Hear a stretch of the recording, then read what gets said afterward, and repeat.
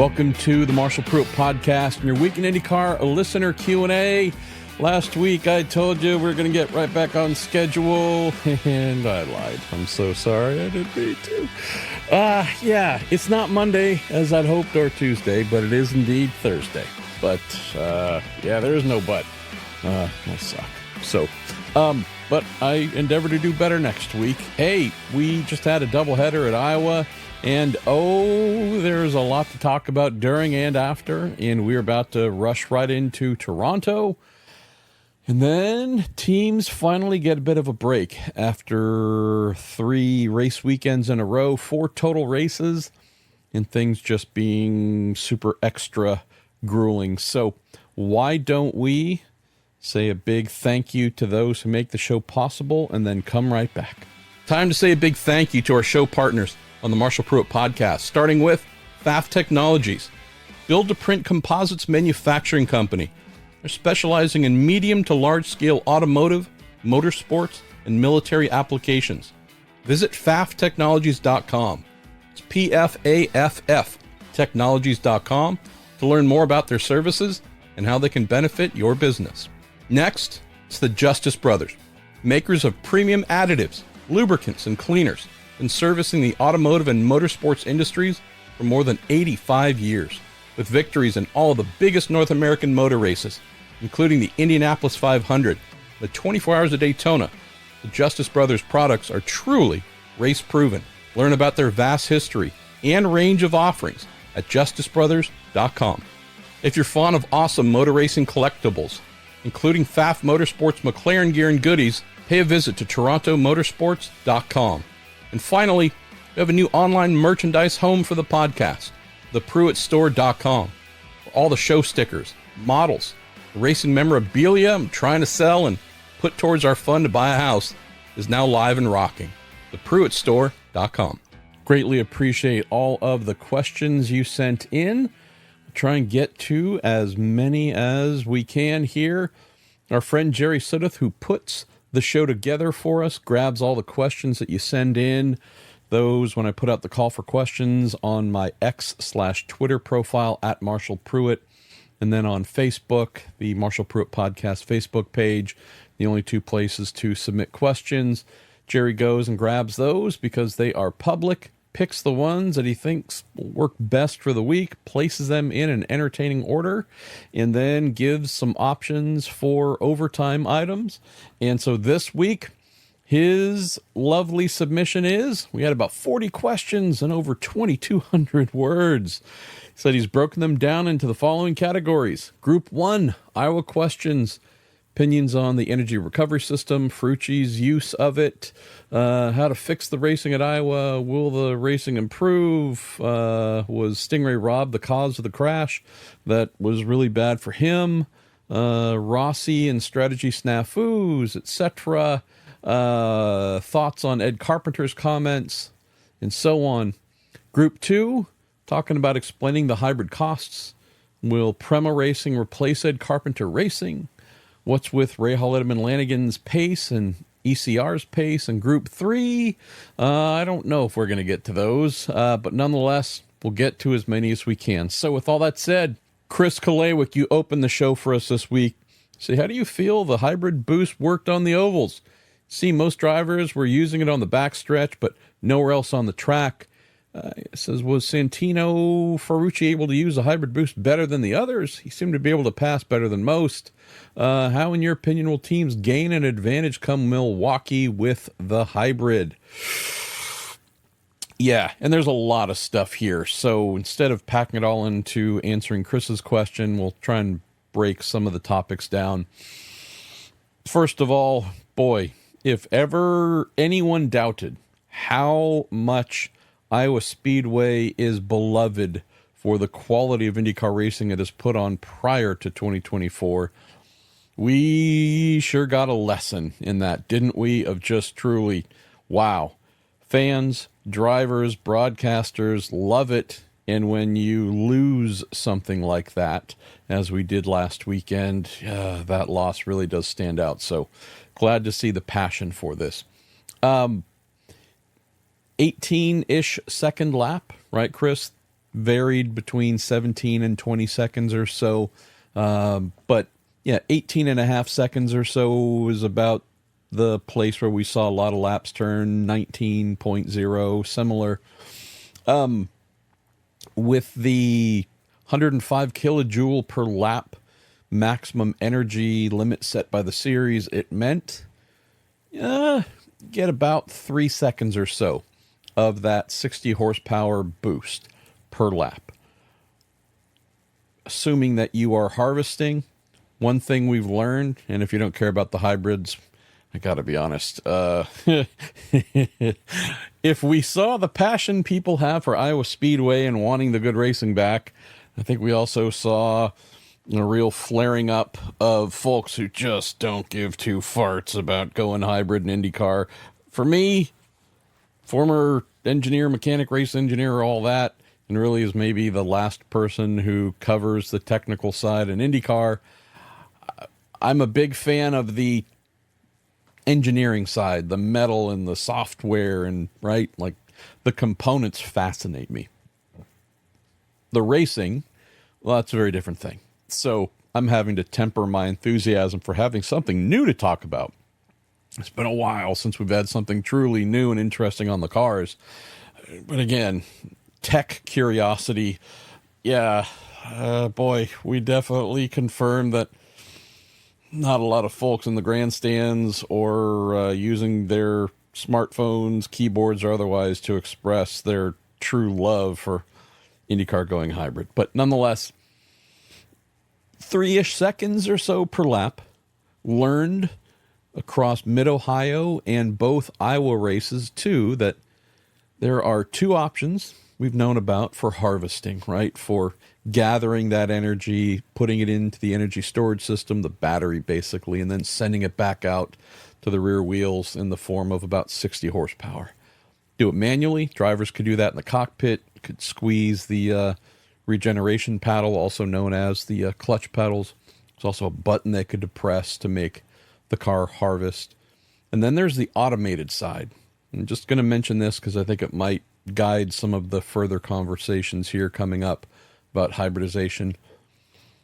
Really curious when we launched hybridization at Mid-Ohio to see, okay, two options here.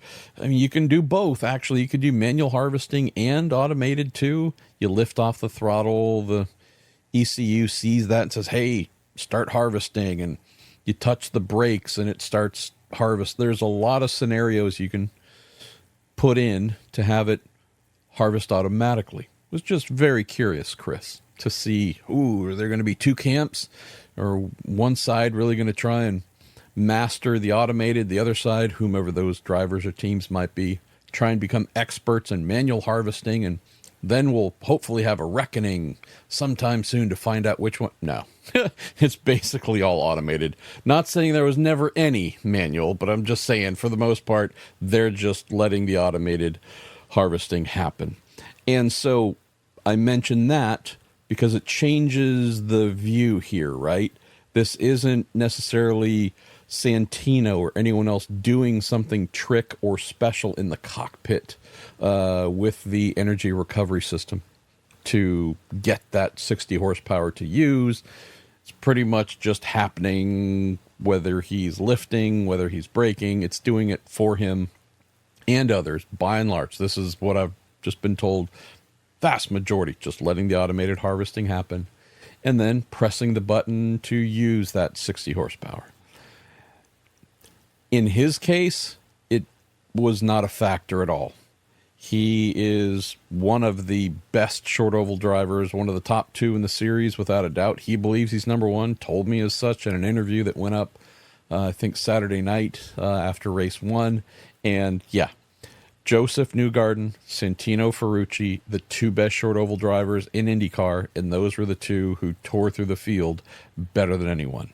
Would not attach hybridization, energy recovery systems, anything to their ability to do that.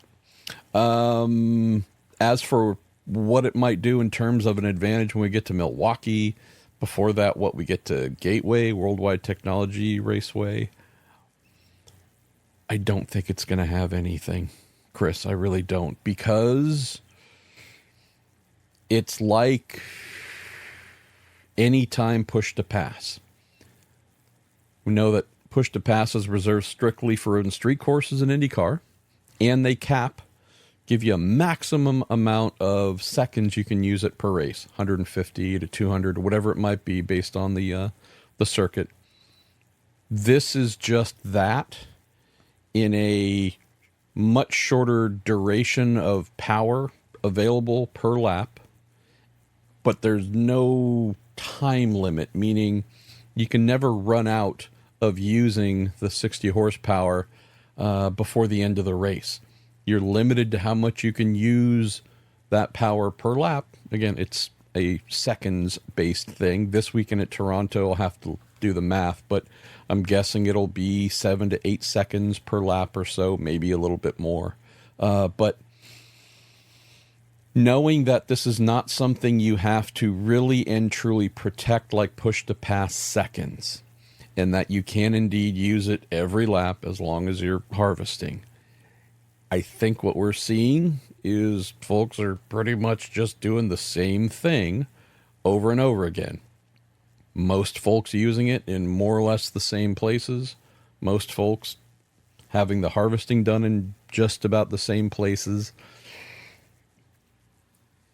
What we haven't seen yet, to close here, Chris, and move on to the next question, but we certainly reserve the hope that it might emerge this weekend in Toronto, once we get back to racing in August after the Olympic break at the various tracks we're going to, Portland and Nashville and so on, is for someone to stand out and go, hey, whoa, look at what they're doing. It is radically different. It has given them something that is allowing them to perform 1, 2, whatever tenths per second better than others. We're not looking for a huge hammer of explosive acceleration. We're getting, because the internal combustion engines make 700 plus horsepower apiece, adding 60 horsepower is great, right? Not quite 10%, but it's a noticeable addition, but it's not a game-changing addition. And so therefore, it's adding some power on top, but not in a radically altering way to lap time or lap speed. So the thing we'll be looking for, and privately nobody within the paddock really thinks it's possible, but again, we'll keep our eyes open, is for someone to stand out and use it to gain an advantage lap after lap. There's no real ability, no significant ability, even minor ability, that we have seen so far. Road course at Mid-Ohio, short oval at Iowa Speedway, for it to be a fuel conserving tool. So it'll be really interesting to see coming out of Toronto, is when I plan on doing a deeper round of calls to race strategists, to engineers, to drivers, to say, hey, done a road course, a street course, and a short oval now.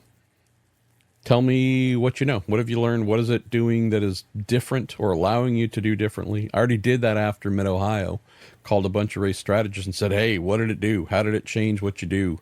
And the answers varied from nothing, a lot of nothing, or not much. One, Ricardo Juncos, who I love, was like, not only nothing, but I just called the race like it wasn't there. It's there for the driver. They used it. Cool. But like, it didn't change a single thing for me in the timing stand of when to pit, how to do anything. And a lot of the other answers were too new to really give you any deep insights. Lots to learn. Check back later. So do that after Toronto and try and fill that multi-week void of not a lot going on, news and information-wise, Chris. Andrew Miller, hey, you got a question nobody has asked coming out of last weekend. How can we fix the racing in Iowa? I'm kidding. Says we are coming back to Iowa for years to come. Very true. There's an announcement that Hy-Vee and whatnot is extended. Will be there for more years to come. So he said, surely track and series management will be looking into the hows and whys of what made last weekend horrible. Any idea what options are realistically fixable? We'll save the Ed Carpenter stuff for a little later because he certainly has a very strong opinion. Not saying the tenets of his thoughts are wrong, but this was a tire thing. This was all about tires. And it's easy to blame Firestone to say they got it wrong. I do not believe they got it wrong.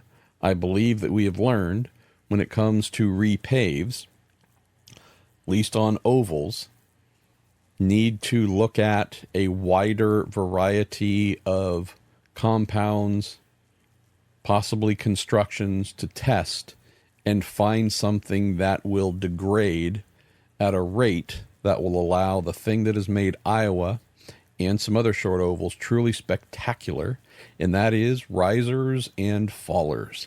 Those who are going fast and those who are going comparatively slow. Some who've decided to do one more pit stop than everybody else so they can be on fresher tires more often, and others may be doing a more traditional strategy where they have to extend the life of their tires, and towards the end of that life, they are way off. And so you get this somewhat constant back and forth. It's two races going on at once, effectively. Those with highly degraded tires and those on fresher and happier and faster tires. We lost that last weekend, and we therefore lost the entertainment. A little bit of a quick background here to close.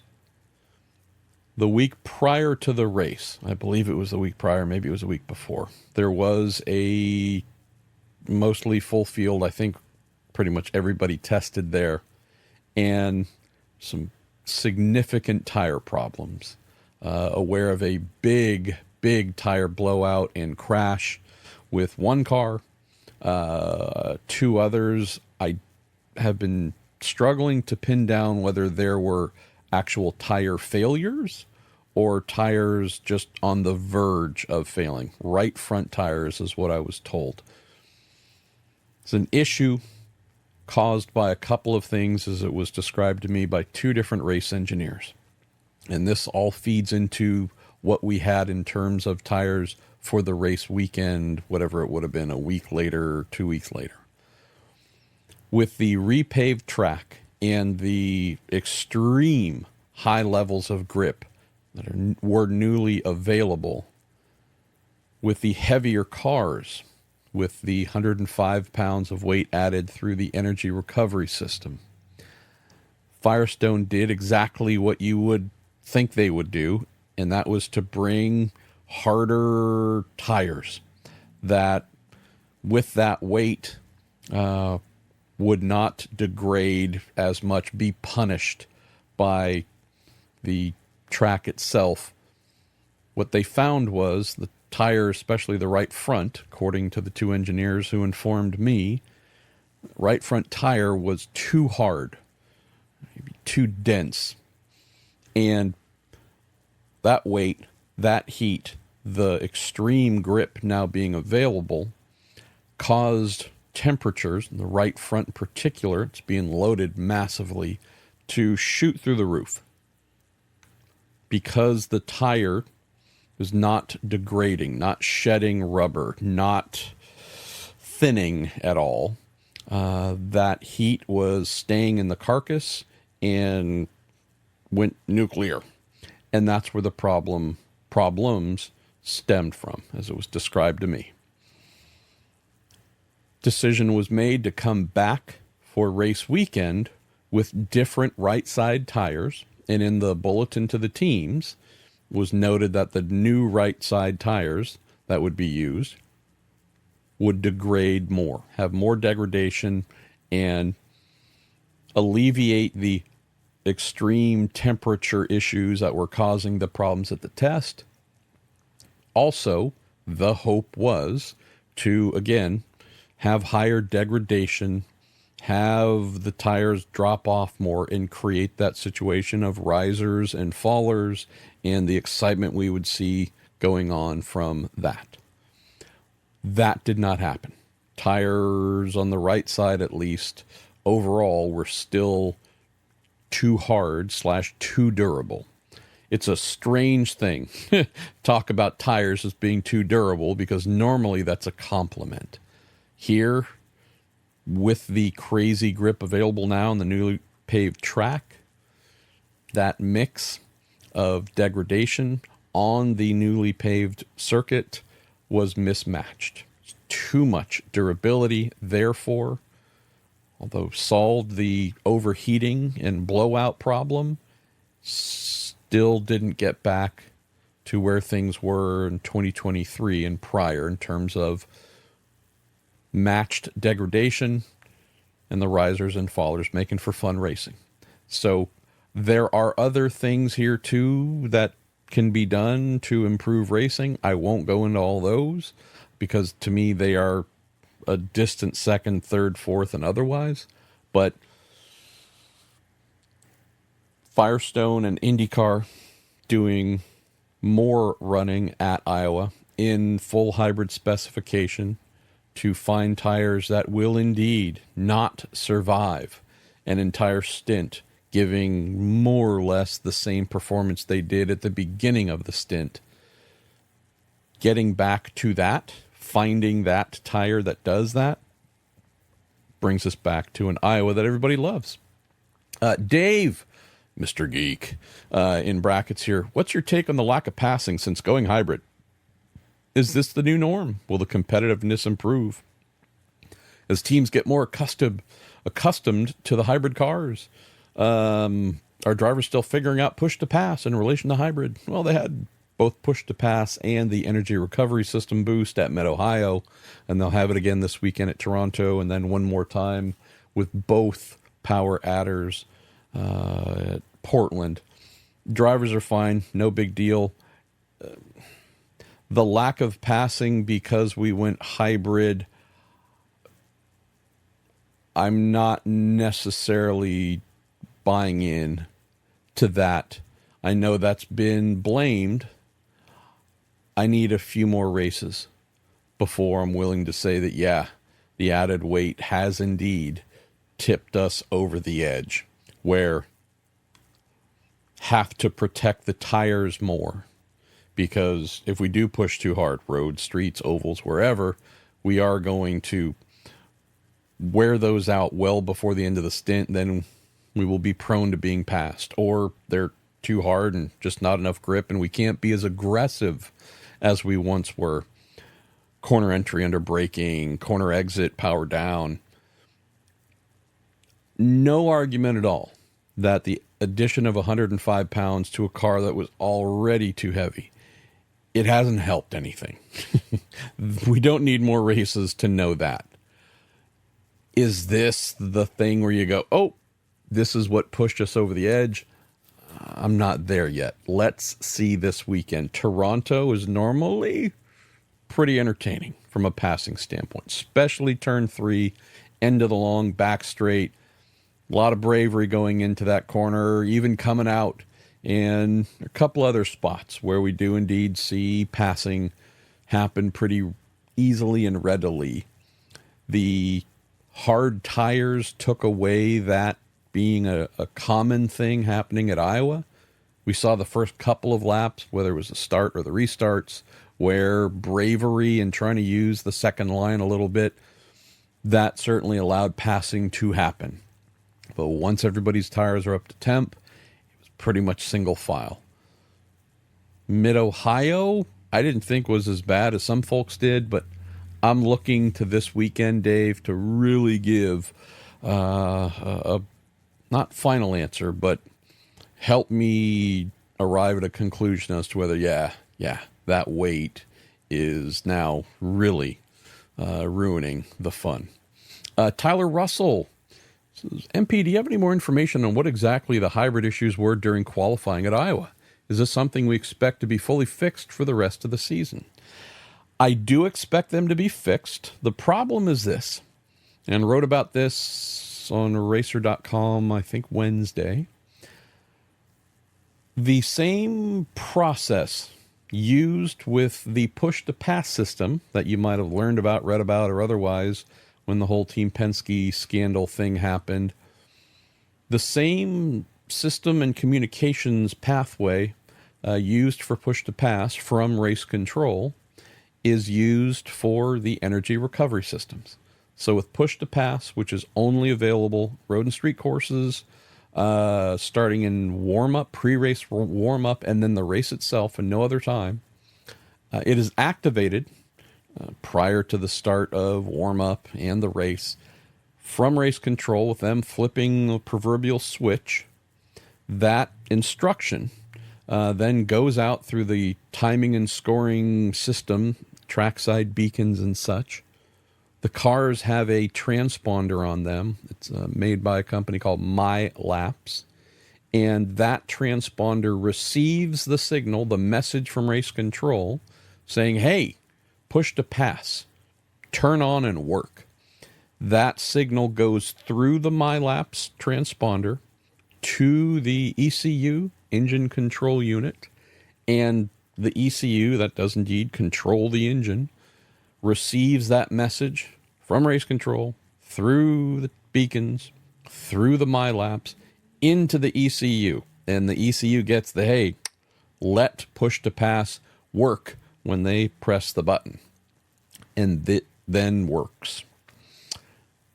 Same exact thing goes on with the energy recovery systems. Race control, flipping the proverbial switch, beacons, MyLaps, ECU, hey, you can harvest, you can deploy. What they were doing in qualifying was turning it on and off. Per car, as I understand things.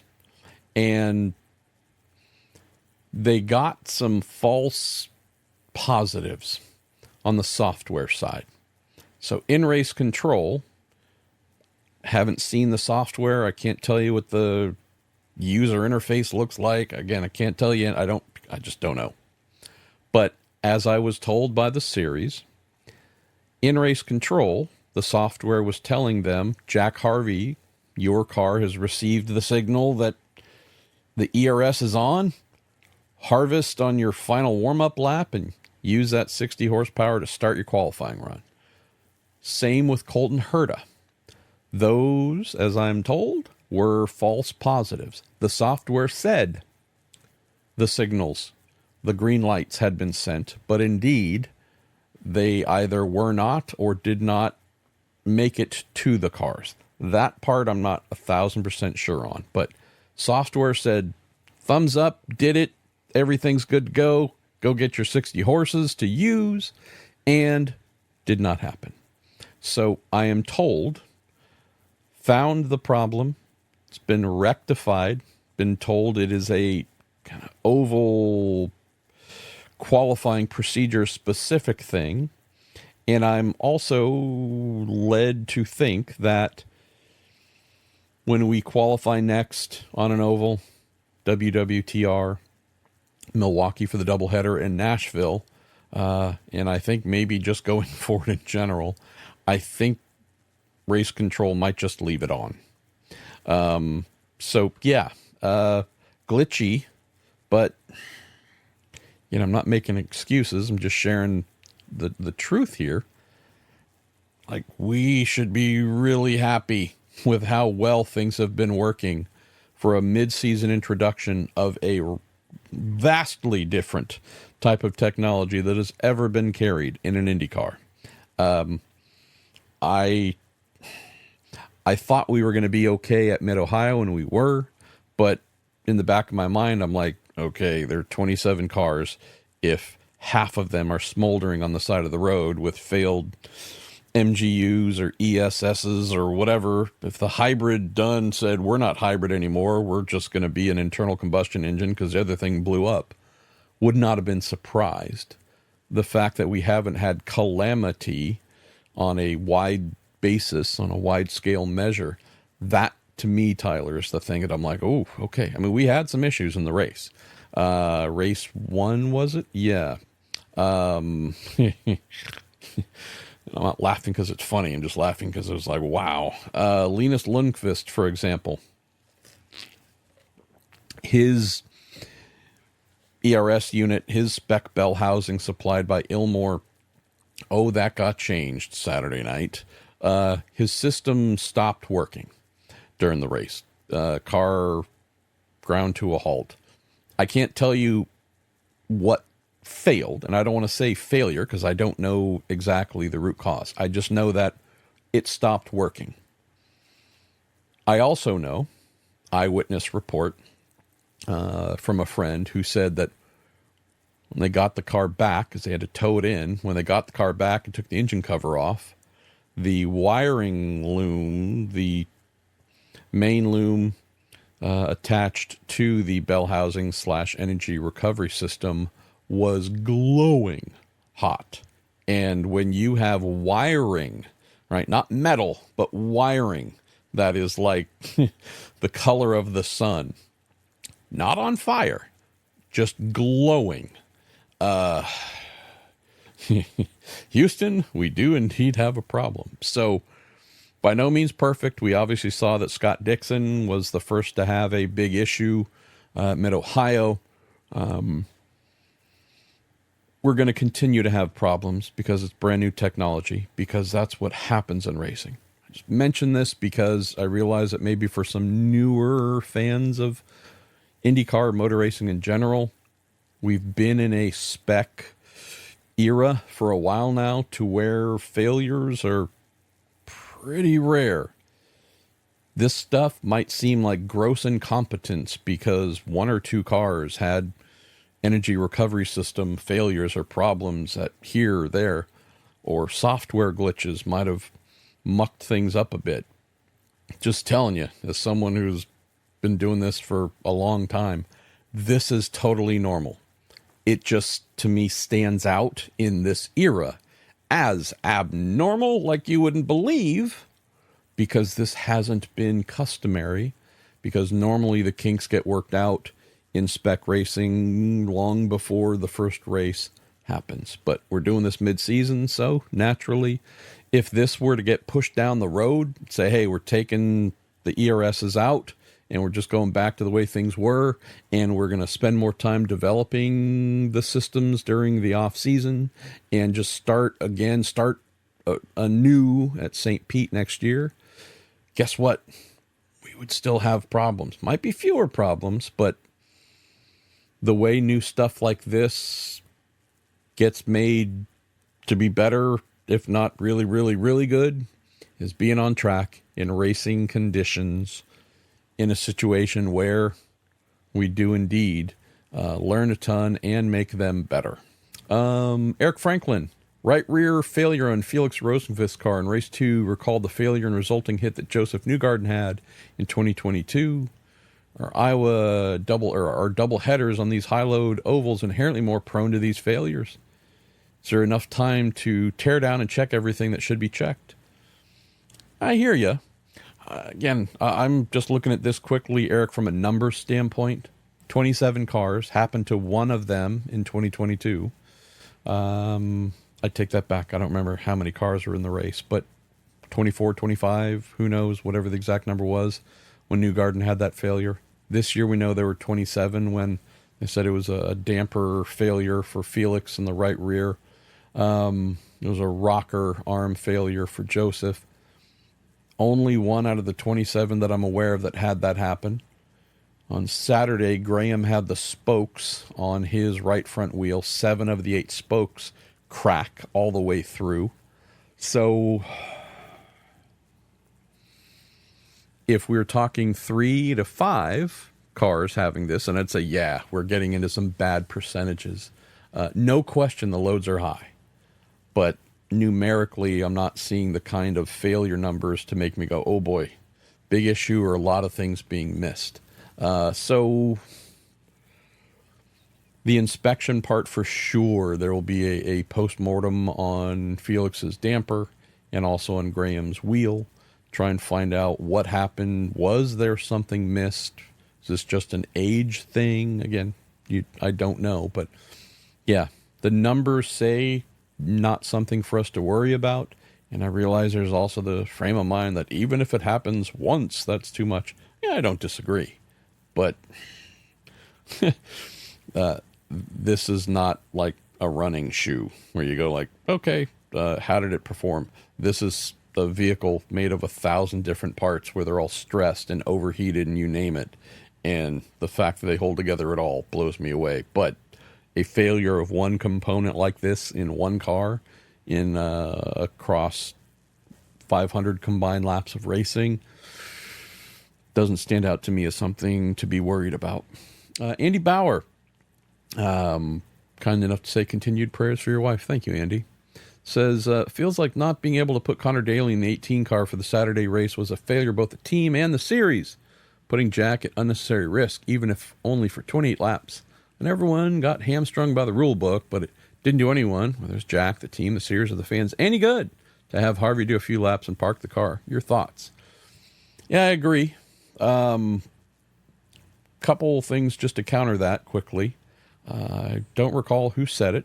It wasn't a thought that I had, so I apologize for forgetting who to credit, but they said, Jack was in pain the whole time.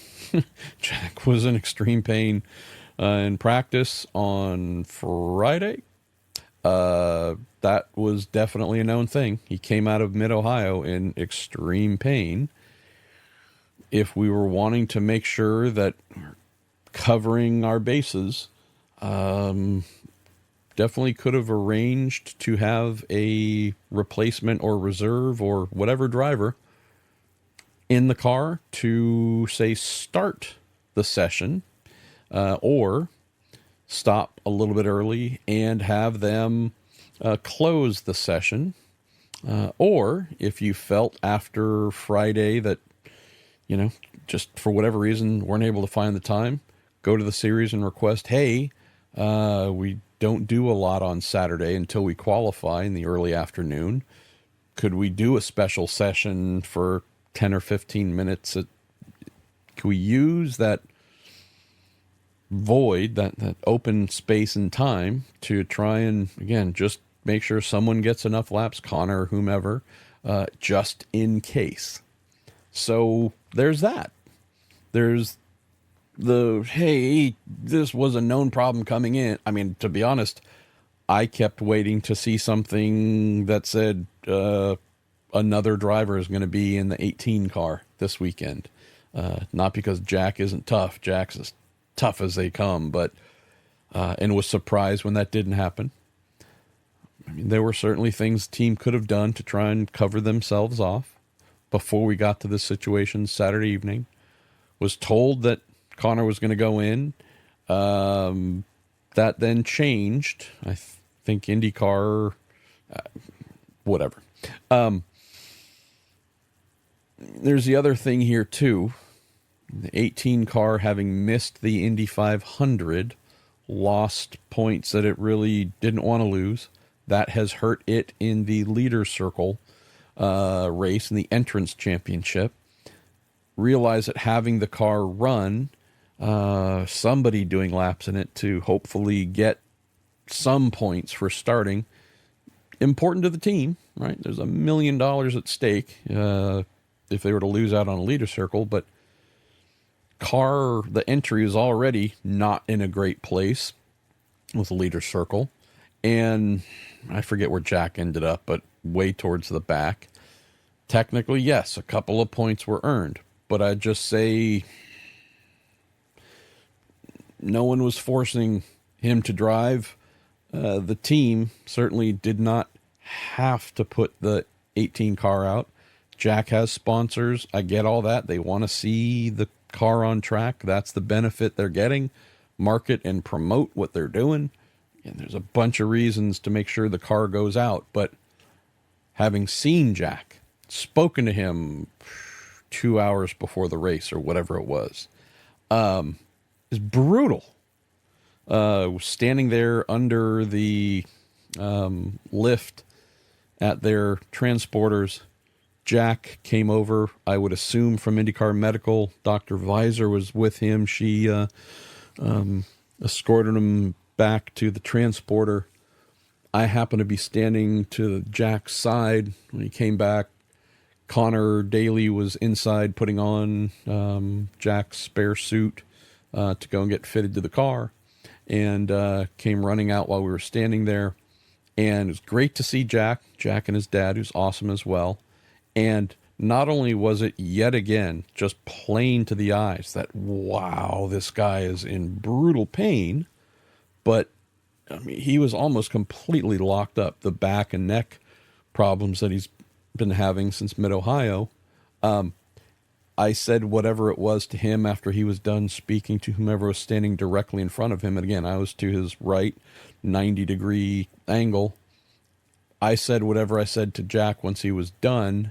And instead of turning his head to talk, he had to turn his whole body and square his shoulders to my own in order to look at me and talk face to face, because he could not turn his back, could not turn his neck. And I'm not saying he couldn't turn his neck an inch. I'm just saying, like, normally in those situations, a person kind of just looks over their shoulder a little bit and whatever. In order to have a conversation, he had to rotate his entire body 90 degrees. I'm like, jeez, right? So, super tough. No question. Try and grit it out. My concern was, what if there is something that happens in front of him where he needs to do some sort of super rapid, high force, instant exertion thing to avert running into somebody. Again, someone does something in front of him where he has to take emergency avoiding action. Will the constant pain, the moving, turning, twisting, doing the things that he has to do to drive the car, will he have enough power to do that, knowing that, again, he's so racked in pain and so stiff and unable to move? Like, I was just thinking of that. Not can he grit through it, but you've ever seen my dad had back problems the whole time I knew him, and it changed every aspect about his life. When he was having back pain, same kind of thing. His whole body was basically just one locked item, and weak, couldn't use all of his strength. The pain itself was just sapping his energy. You just see that it was brutal existence. And I saw Jack, and I'm like, I know exactly what I'm looking at here. And if he has to apply instant, crazy fast torque and power to the steering wheel to do something, I don't know if he's going to have all of that available to the level he might need. Thankfully, we did not have a situation, Andy, where that was required. But yeah, that was tough to watch. So, for sure, I wish the rules would have allowed, I don't know, a little more flexibility or something like that. But they had big concerts going on where they're taking over the front straight. So there wasn't as much time, there wasn't any time after qualifying to do a special session for Connor to get to know the car. Keep in mind that, yes, he raced one of these in May at the Indy 500, pre-hybrid, right?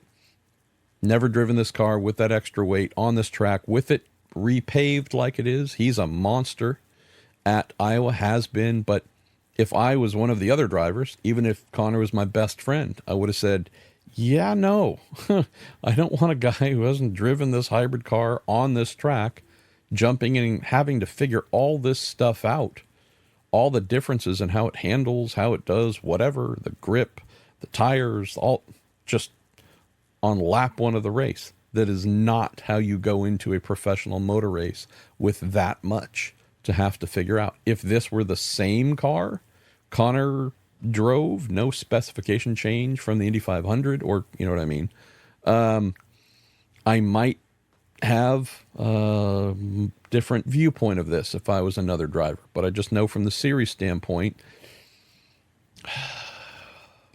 if this was the only option available to the team, got it. It wasn't. I gotta believe some other actions, preventative or worst case scenario type, hey, Jack, we love you, but I know we got 90 minutes for practice on Friday, but you're going to get 60 or 75 or something because we do need to chuck somebody in just in case, so we can get their laps in case we need to put them in for the rest of the weekend. Or, hey, we're already struggling in the leader circle, whether we get 5 points for starting or whatever it is or not. Could make the difference, of course, but maybe just in the best interest of everyone, we sit this one out. Ray Helmers, curious about what caused the blinking light issue in Armstrong's car. Don't know. I asked the series, they didn't know, but once the full field went yellow, or once the race went yellow, all the caution lights were blinking, and once we went back to green, it turned off, solved the problem. Tim Falkowitz, great racing this weekend, but bittersweet knowing it was Lee Diffie's last IndyCar race. Going to miss him. For hashtag me personally, he and Paul Page are the iconic IndyCar broadcasters. Hopefully he can have one last podcast appearance before the new TV deal starts. Of course. I mean, Lee's an old friend. And keep in mind, unless something changes, I would imagine we'll be hearing Lee's beautiful voice on some of the bigger IMSA races next year, right? That's been a big part of Lee's career since he came to the U.S., although he came here first and primarily for IndyCar. But Daytona, Sebring maybe, who knows? Yeah, Lee's still in our world, just no longer an IndyCar. Getting down to the last question or two. Robert Polacek. Say, what are your general thoughts on Ed Carpenter's remarks? I feel they carry more weight as an owner and driver looking at the big picture. We want more ovals, but not processional ovals. Indeed. Ed really fired every barrel possible at the move to hybridization, the energy recovery systems, the weight that they bring, the costs involved, everything about it. And he has, obviously, every right to say whatever it is that he wants. Throw a couple quick things out here. If we go back to the big grip, new paving, mismatch with tire degradation. If we had tires on this new surface that were new and matched or were very similar to last year's degradation profile, we're having no conversation about this. Not saying some of the concerns about how the weight, the added weight, is certainly not helping the performance of the cars. The costs involved, certainly, again, nothing new. The bulk of these expenditures were made pre-season, ordering lightweight components and such. The magnesium gearbox, magnesium bell housings, the new bits and pieces that go with the energy recovery systems and whatnot. But if we had last year's tire degradation profile for the first ever hybrid oval race, which happened to take place at Iowa Speedway, brother, I don't think we're talking about anything other than, wow, that race was amazing. Granted, certainly would have some hybrid issues and failures and whatever else, but the whole risers and fallers, fast car, slow car, like that dynamic, if we had that back, which was primarily down to tire and surface grip, if we had that, what are we talking about right now? That was amazing. Hey, yeah, maybe the tire's a little too hard. Maybe they could degrade more. Hey, maybe they degraded too much. Good Lord. Well, hey, we got to make them a little more robust next year. I think that's what we're talking about. So I don't know when the interview was done. I assume it was after the race. I had to blast out of there soon after for travel purposes. But knowing how, like, glowing mad Ed was in the interview that I saw after the race, I wondered if, given an hour to cool down a little more, having badly wrecked his car on Saturday through no fault of his own, and then badly wrecked that rebuilt car on Sunday through no fault of his own, I just wondered, looking at how absolutely pissed he appeared to be in print, it struck me as a curiosity of, would he be would he be telling the world that kittens and ice cream are the worst things ever in that state of mind?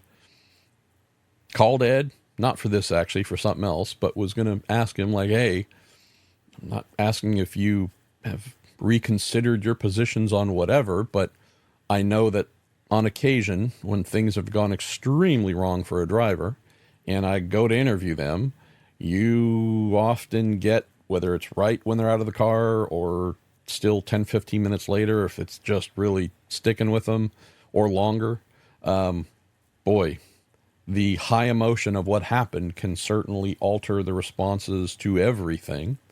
Don't know if that was the case here. As I read it, it just struck me to be in a similar tone to the interview he gave to NBC after the crash, of like, wow, he is mad. And this seemed to fit that. So,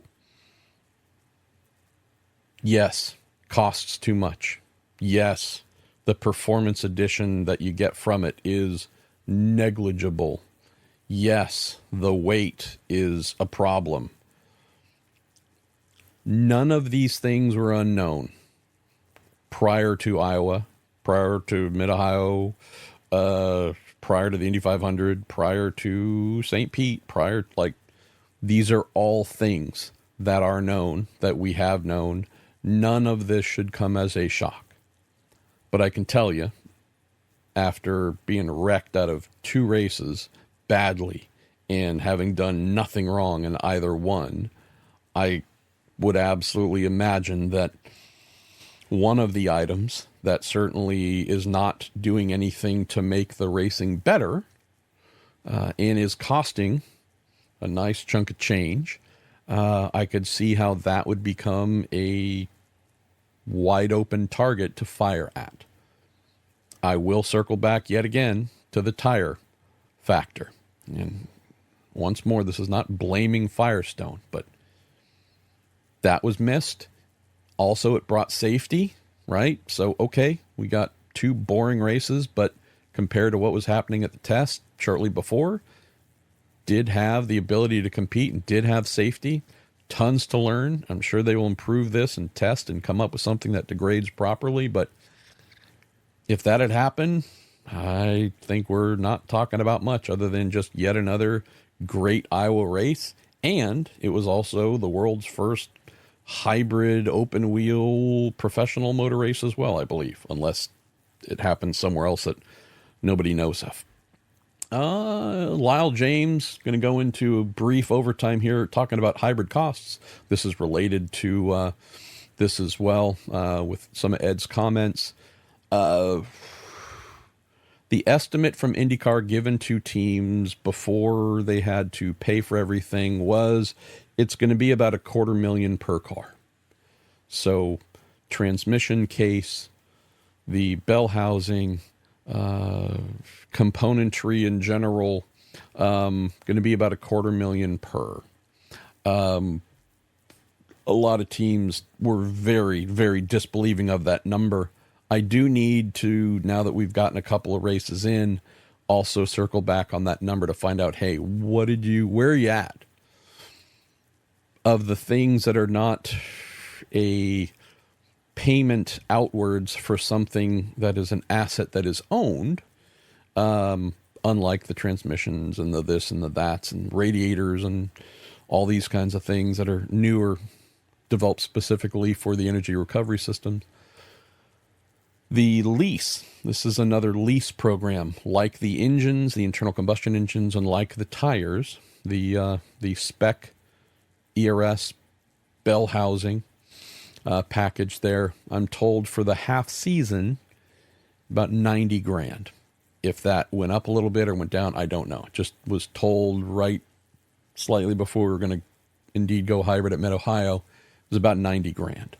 I'm told full season next year, the thought is it would be in the 200-ish thousand range. Will that change? Again, I don't know. Rarely do we see numbers go down, so if that were to go up, I wouldn't be totally shocked. But if you take that 200 per car for the season, per entry, the repetition of that is not going to go away, right?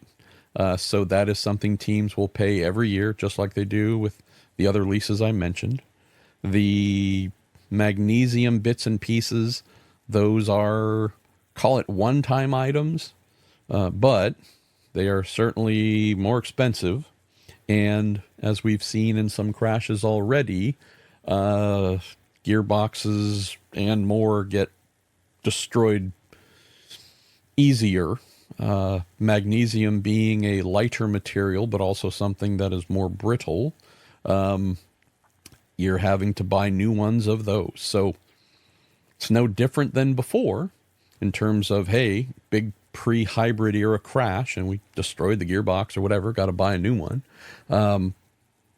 Different material, less cost, but so that's where things just get a little bit interesting to try and formulate cost-wise. So if we look at the full season, we know the 200-ish number is what it's going to cost per entry. Going to have a couple of crashes, probably going to go through a couple of transmission cases at least, maybe more. You can see how this being a new line item added, that's going to cost you $300, $350, $400, whatever it might be a year if you end up having a lot of crashes and tearing up a lot of stuff. You can see the sensitivity to this, which was, again, not new, but now that folks are starting to see the price, then yeah, or see the effects, I would say Ed's not alone there. There is the one other area, and I don't have numbers for this. I think Ed kind of mentioned this as the area too that he didn't know about, but that is in the rules. It does say that if this is something that is deemed as your fault for the energy recovery system to fail, primarily the motor generator unit, but if there is a failure that IndyCar / Ilmore determines is your fault, you got to pay for it outside of the lease. That's different than the engine leases, for example. Hey, motor blows up. I mean, those are rarely ever driver faults, team fault. Well, driver faults at least, but that's included in the lease. There is an exception here with the ERS units, and I don't know what the cost is. Ed suggested that he would have to pay for things. I don't know why he would, but regardless, that's one area that might take me a little while, but I will try and find out. Let me just scroll through here. Ed Joris, curious if IndyCar should decrease fuel capacity to get lighter cars. Sure, but yeah. I mean, it's one way to do it if you want to try and get the weight back to kind of sort of where it was. Elaine Sinclair, what do you think the odds of Hunter McElroy's ride this weekend leading to something more? Is he ready for the big time? Love the kid. I do think he's ready. I mean, look, he was runner-up in the NXT Championship last year behind Christian Rasmussen, won a bunch of races. Kid's good. Kid is capable. Would love to see him in a seat. Not in a position where anybody that I know of is looking to hire. So he'd need to find money and provide that. But that is the same thing for a decent amount of drivers. Indy Nathan, curious about options for Louis Foster. I think there could be something there. Need to dig into this a little bit more because he, without a doubt, is ready to go.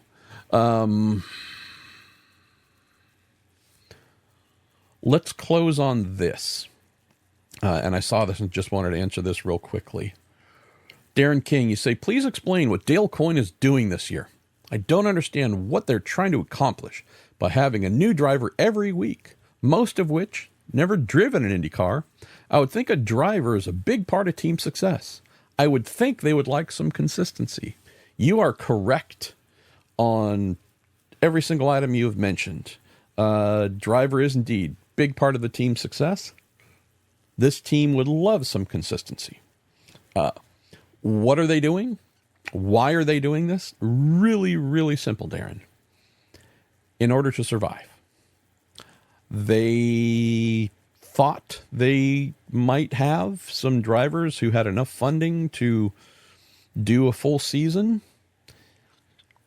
None of those scenarios panned out. I don't know the full reasons why. Did they overplay their hand? Did they ask too much? I don't know all the answers to that. But I do know that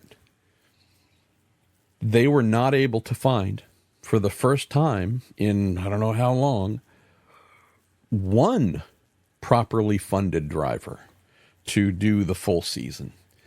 They're indeed stuck taking the best they can get from round to round. Jack Harvey, our friend, love, good old bean flicker himself, in for 14 of the 18 races / events, thermal being the oddity that's non-points. The amount I am told that he has brought in order to do those 14 races is something that almost anywhere else would get him like 4. Dale Coyne, because he is an amazing person and has also, fortunately, been successful in business, offset the running costs massively on the number 18. So when a Hunter McElroy comes along with a couple of sponsors to be able to step into the car at Toronto, which Nolan Siegel was originally meant to do, I don't know what Hunter's bringing. Guarantee you it's not a ton. Toronto has never been a place where drivers pay a ton because, heck, the thing's on Peacock this weekend. There's not a huge return on anything for sponsors. Whatever Dale's getting, I don't know, 50 grand, 75, 100, I don't know, helping to at least stop the bleeding on the costs to run the car. Over on the 51, Colin Brown drove, the first 2 events? As I understand, I know he brought no money because he had no money to bring. I don't know if he got paid. I'm hoping he had expenses covered, but that too has been a thing of like, hey, Luca Giotto, hey, yeah, I remember you. You were in F2 and you were there for a long time and you did really well there, but kind of lost sight of you a little bit and been doing European sports cars, but you were one of those junior open wheel drivers on the ascension plan to Formula One, maybe, hopefully, but then kind of lost track of you years ago. Hey, you're back. Cool. Love IndyCar. Awesome. And you see sponsors on the side of the car. I have no idea who they are, what they are, but hey, bring in some money to help keep the 51 moving ahead.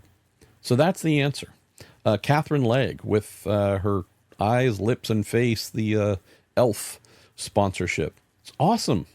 I know they haven't announced it, and again, hopefully they do, but believe she'll be in for the rest of the ovals. She will have done, all of the ovals in the 51 this year. Toby Sowery in the car, he was awesome. I was talking with 2 team owners today, talking silly season stuff. Both of them, unprompted, mentioned Toby, and I'm like, wow, this is awesome. That's what you hope, right?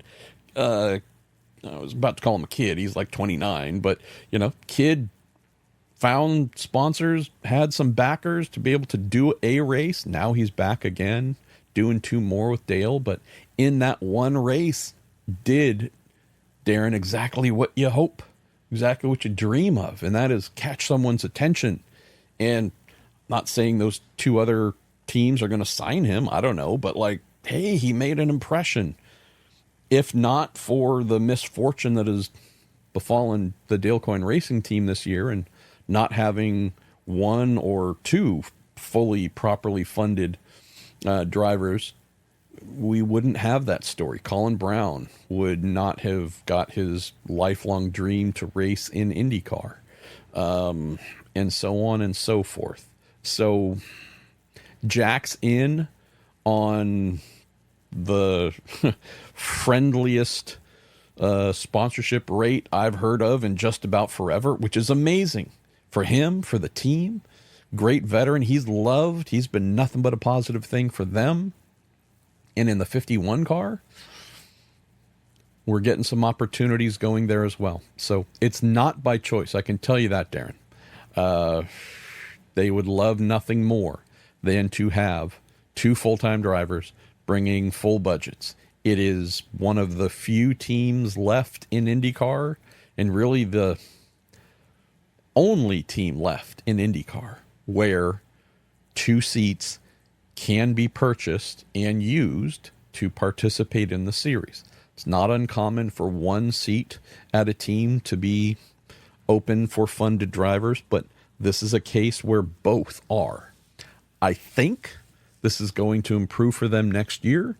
There's a lot of drivers looking over here.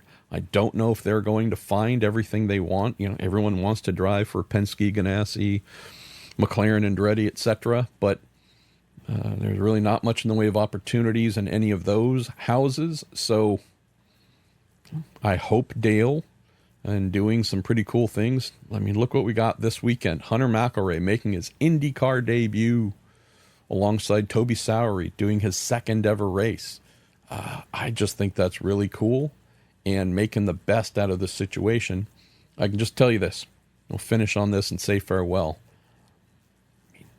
To do this in IndyCar for a season per entry, I mean, I would imagine Dale's probably on super economic ways of running things, but it's still pretty hard to get away with spending $6.5-7 million per entry.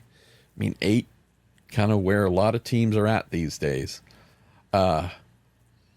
Multiply that by 2, it's a guess. But I would say by the time we get through the final race, factoring in crashes and damage and all the other things, Dale will have, across the 2 cars, probably spent the equivalent of sponsoring 1 car for the entire year out of his own pocket, right? You look at what he's putting in to keep the 18 going, the 51 going. He might be spending more than any team owner in IndyCar to keep his 2 cars afloat, and all in the hope that drivers with better funding will be here next year. To me, that there's nobody else doing that. And I wish that he didn't have to, but I respect him so massively for doing it because he loves it. This is his passion. A lot of other folks would have said, I'm out.